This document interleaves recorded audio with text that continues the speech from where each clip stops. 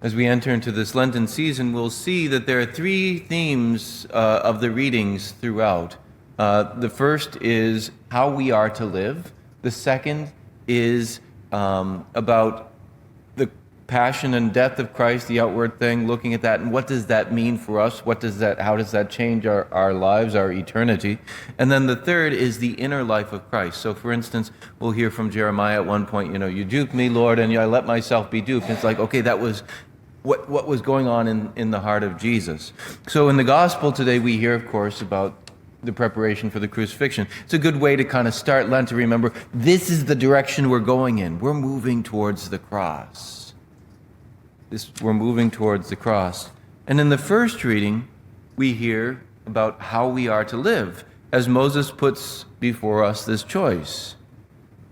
Today I've set before you life and prosperity, death and doom. If you obey the commandments of the Lord, you will enjoy, which I enjoin in you today, loving him, walking in his ways, keeping his commandments, etc., etc. Then you will live and grow numerous, and the Lord your God will bless you in the land you are occupying. If, however, you turn away your hearts, will not listen, then you will not have a long life. You will certainly perish. And when I was praying through that this morning, you will certainly perish, I heard what we'll hear this coming weekend in the first reading from Genesis 3, the fall of humanity, where the serpent comes in and says, "Oh, you won't die. You won't die." And yet the Lord is saying, yes, you certainly will perish. As we look at these things, sin looks good. It's pleasing to the eyes. It's good for food, and it's good for gaining wisdom, which we'll also hear this coming Sunday about what Eve saw when she saw the forbidden fruit. Sin looks good. But every time we sin, we're basically saying, God, I want to do this without you. I want to lead my own life.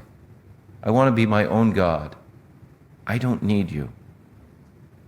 We turn our hearts away, and then we perish. And it's not that, okay, he says, I put before you a blessing and a curse. If we follow God, God does bless us. But it's not like God curses us if we don't follow him. Not following him is itself the curse. St. Paul says in his letter to the Romans, he says that when you go and you follow your own lust, you get what you want.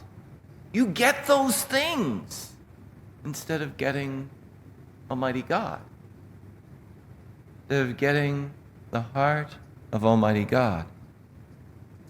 As we go through this Lenten season, we look and Jesus says he must be killed. And if anyone wishes to come after me, he must deny himself, take up his cross daily, and follow me. That sounds like what? Death and doom, a curse. And yet that's where life and prosperity and the blessing is. And following him to the cross. And what we look at and see as, life and freedom, and I get to do my own thing and grab my own pleasures and whatever else, honor, power, pleasure, wealth. When we seek after those things, when we chase after honor, power, pleasure, and wealth, not that they're bad in themselves, but when we pursue them, when we go after them as an end to itself, what happens? It looks like we're getting life and prosperity and a blessing, but it ends up being death and doom and the curse. So we really have to turn our thinking upside down, because it is in dying with Christ that we save our lives. Whoever wishes to save his life will lose it, but whoever loses his life for my sake will save it. Are you ready to go through Lent? Isn't this so exciting that we're called to die? Unless a grain of wheat falls to the ground and dies, what? It remains just a grain of wheat.